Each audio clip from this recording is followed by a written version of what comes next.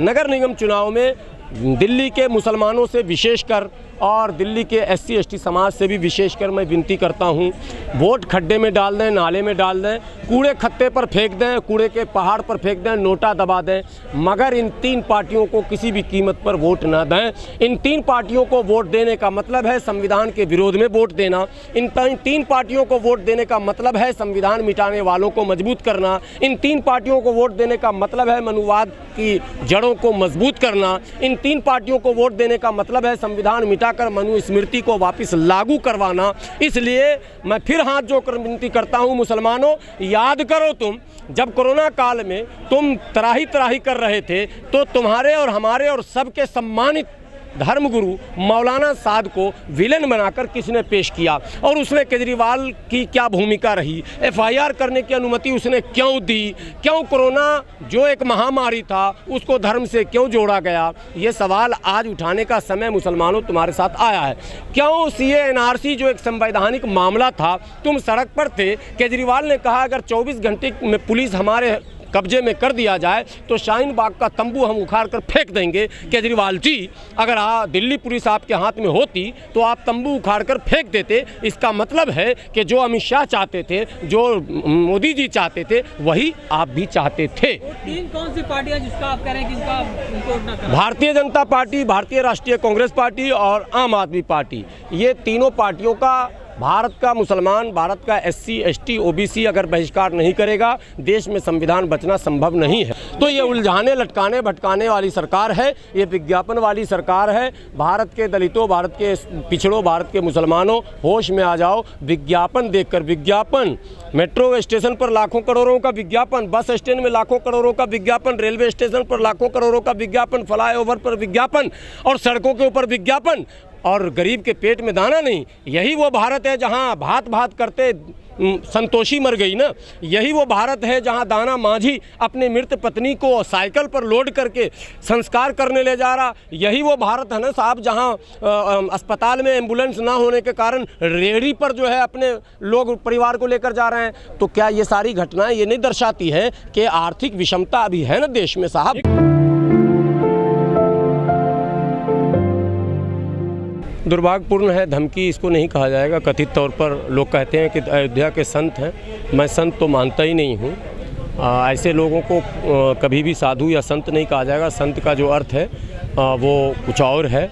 ये लोग साधु के वेश में गुंडे मवाली हैं। धर्म का चोला, चाहे वो कोई भी धर्म का मामला हो, मैं सभी धर्मों की बात कर रहा हूँ, धर्म का चोला पहनकर अगर इस तरह की बातें की जाती हैं कहीं भी, सर तन से जुदा कर दूंगा, इतना इनाम दे दूंगा, ये सारी बातें असंवैधानिक, अधार्मिक, अमर्यादित और असामाजिक हैं।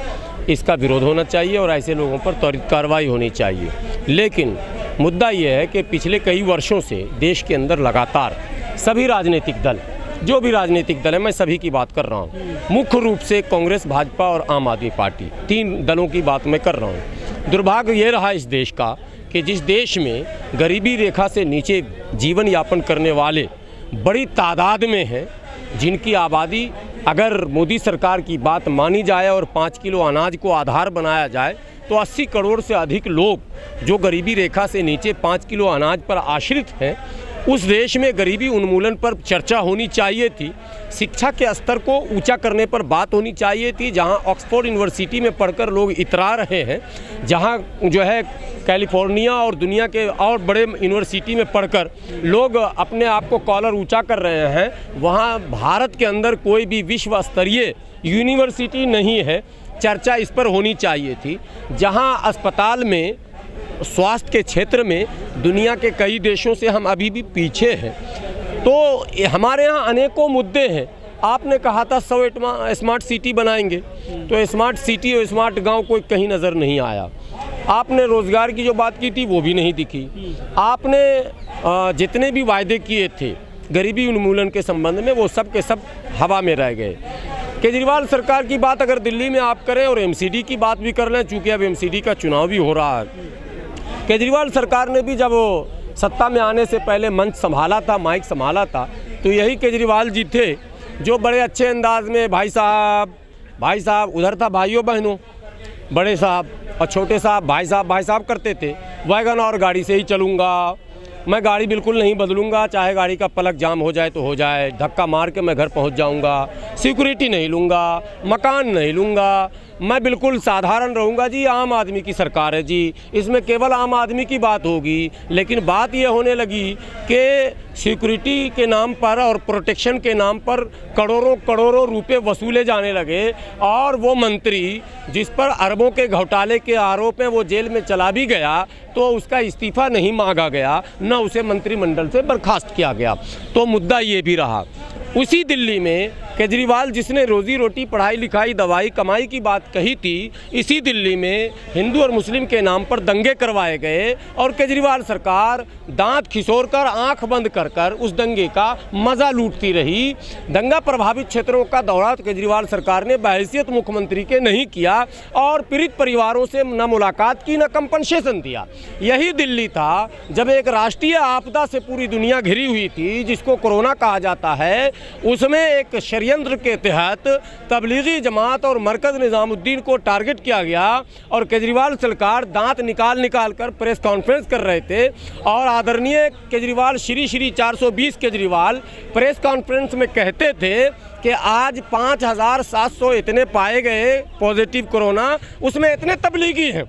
अरे भैया, जब उतने तबलीगी थे तो बाकी कौन थे, ये भी तो बता दिए होते। इसका मतलब आपने भी रोजी रोटी से मुद्दा हटाकर धर्म की तरफ मुद्दे को मोड़ दिया। जब आपदा में अवसर खोजने की बात मोदी जी पर आप आरोप लगा रहे थे, आप कहाँ उससे पीछे रहे, ज़रा ये बताइए।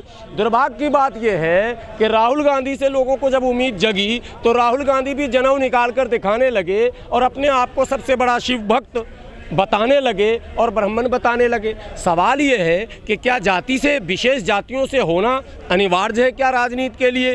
क्या SC ST OBC और माइनॉरिटी जो है वो राजनीति के मुख्यधारा से कटा रहेगा? रोजी रोटी, पढ़ाई लिखाई, दवाई की बात करना अपराध बन जाएगा? हर व्यक्ति धर्म में नंबर मारने में लगा हुआ है। तो ये एक बड़ा प्रश्न आज भी दिल्ली के अंदर बना हुआ है, और यही कारण है कि धर्म की बात इतनी की गई सारे राजनेताओं के द्वारा कि वातावरण धर्ममय हो गया। अब धर्म गुरु जिनका काम शांति, प्यार, प्रेम, अमन, भाईचारा और एकता का था, जिनके प्रवचनों में अमृत वचन हुआ करते थे, उनके प्रवचन में अब सर तन से जुदा होने लग गए। उनके प्रवचनों में 50 लाख का इनाम होने लग गया। बड़ा दुर्भाग्य यह है कि जिस क्षेत्र में ये भाषण दिया गया प्रवेश वर्मा के द्वारा, अन्य नेताओं के द्वारा, जिस क्षेत्र में, उस क्षेत्र का नाम है सुंदर नगरी, जिसकी सुंदरता को नष्ट करने का काम किया गया, वहाँ के विधायक आदरणीय राजेंद्र पाल गौतम हैं, जो श्री 420 केजरीवाल जी के विधायक हैं। और केजरीवाल जी ने भी कुछ नहीं कहा, राजेंद्र पाल गौतम जी भी ने कुछ नहीं कहा, नतीजा उनको भी अब भुगतना पड़ रहा। 50 लाख रुपया उनके सर पर भी इनाम हो गया। उसी समय अगर राजेंद्र पाल गौतम अपने जनता के साथ, जन समर्थन के साथ मैदान में उतरते, FIR करवाते, विरोध करते, और श्री 420 श्री अरविंद केजरीवाल जी भी अगर कुछ बोल लेते, तो माना जाता कि लोग लोकतांत्रिक व्यवस्था को बचाने के लिए प्रयासरत हैं। लेकिन अब ये कहा जा सकता है कि लोकतांत्रिक व्यवस्था को मिटाने, संवैधानिक व्यवस्था को कमज़ोर करने, अराजक तत्वों को स्पेस देने, जगह देने, और धर्म की लड़ाई को तेज़ करने, धार्मिक मुद्दे को उठाने और जनहित के मुद्दों को दबाने के लिए तमाम राजनेताओं की मिली भगत से SC ST OBC और माइनॉरिटी परेशान है और पिस रहा है। वोट हम देंगे, विकल्प मीडिया बताएगी, वोट जनता देगी, विकल्प आप बताएंगे। विकल्प ये है कि MCD का चुनाव छोटा चुनाव है। आप अपने महल्ले से उन नौजवानों को, उन पढ़े लिखे बेटों को, बेटियों को, माँओं को, बहनों को आगे लाएं, उन भाइयों को आगे लाएं जिन्होंने विपरीत परिस्थितियों में आपके कांधे से कांधा मिलाकर काम किया है। विपदा की घड़ी में जिन्होंने राशन पहुंचाने का काम किया, जिन्होंने आपको बचाने का काम किया, जिन्होंने आपकी दवाई का इंतजाम किया, जिन्होंने शमशान घाट में आपको कांधे दिया आपके लोगों को, उन लोगों को आप आज नेता बनाओ। वरना याद रखो कि लाशों को कांधे देने वाले लोग नहीं होंगे, क्योंकि कोरोना में ये बात साबित हो चुकी है।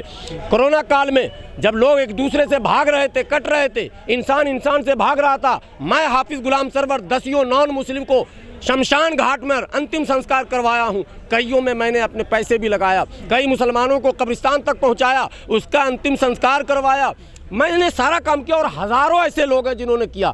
और जानते हैं इन लोगों ने ऐसे लोगों को विलन कहा। तो अगर ऐसे लोग विलन होंगे और वो लोग हीरो होंगे जो हमें बदनाम करेंगे, तो भैया सब SC ST और माइनॉरिटी का कल्याण नहीं हो सकता है। कल्याण चाहते हैं तो विलेन को पहचानिए और हीरो को पहचानिए। नोटों के बंडल हैं क्या आप लोग के पास? काला धन आ गया है, 15-15 लाख रुपया मिल गया। बाबा जी कहाँ गए? बाबा रामदेव जी, वो तो ऐसे ऐसे करके बोल रहे थे ना, काला धन आएगा, पीला धन आएगा। 2000 का नोट कहाँ है पता आप लोग को? 2000 जब नोटबंदी हुई थी तो सबसे पहले एक तो नोटबंदी करके आपने परेशान किया, 2000 का नोट लाया मार्केट में। पहले 500 का लाना चाहिए, पहले 2000 का लाया। अब 2000 का नोट लेकर लोग घूम रहे हैं, 100 रुपये का सामान लेना, कोई राशन देने को तैयार नहीं।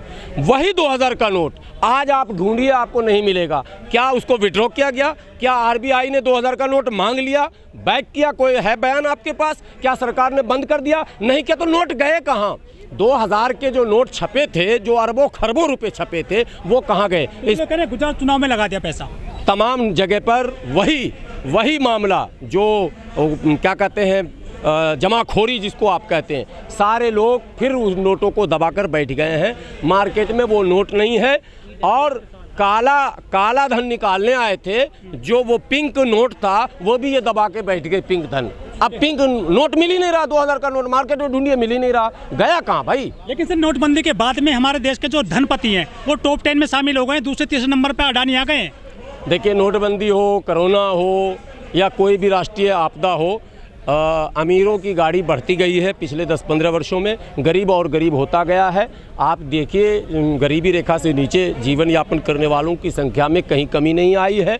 कोई स्वास्थ्य के क्षेत्र में, शिक्षा के क्षेत्र में उल्लेखनीय काम नहीं हुआ है। यही कारण है कि लगातार इन सब मुख्य मुद्दों से मुंह फेरने के लिए, ध्यान भटकाने के लिए धर्म को सामने लाया जाता। कभी इस्लाम खतरे में आ जाता, कभी हिंदुत्व खतरे में आ जाता, कभी मंदिर का मामला आता, कभी मस्जिद का मामला आता। अयोध्या से छूटिएगा तो मथुरा अटक जाइएगा, मथुरा से छूटिएगा काशी में फंस जाइएगा, और काशी मथुरा तक बस नहीं है, 40,000 और सूची आपको दे दिया जाएगा ताकि इसी में उलझे रह जाओ। 5वीं अर्थव्यवस्था बन गई है देश में, पूरी दुनिया में भारत की। मैं तो ऊपर वाले से प्रार्थना करता हूं कि भारत सुपर पावर बने, भारत विश्व गुरु बने, लेकिन इट इज़ ईजी टू से बट डिफ़िकल्ट टू डू।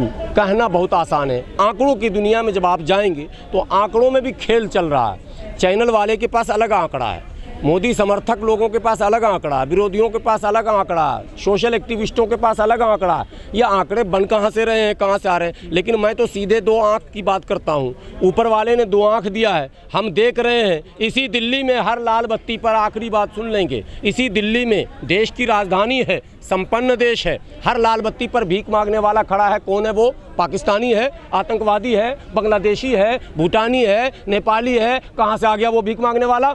उसको पकड़ के पुलिस ने कभी पूछा कि तू कहाँ से आया? सरकार ने कभी उसके विषय में कोई क्या कहते हैं काम किया क्या? आखिर वो भारत का ही नागरिक तो है। तो देश की राजधानी दिल्ली में जब लाल बत्ती पर भीख मांगने वाले लाखों की तादाद में है, पन्नी तान कर रहने वाले लाखों की तादाद में है, झुग्गी झोपड़ी में रहने वाले लाखों की तादाद में है, नाले पर रहने वाले लाखों की तादाद में है, तो कैसे गरीबी उन्मूलन हो गया? कौन सा आंकड़ा है? जो आंख देख रहा है वो सच है, और जो आपको विज्ञापन में दिखाया जा रहा है वो झूठ।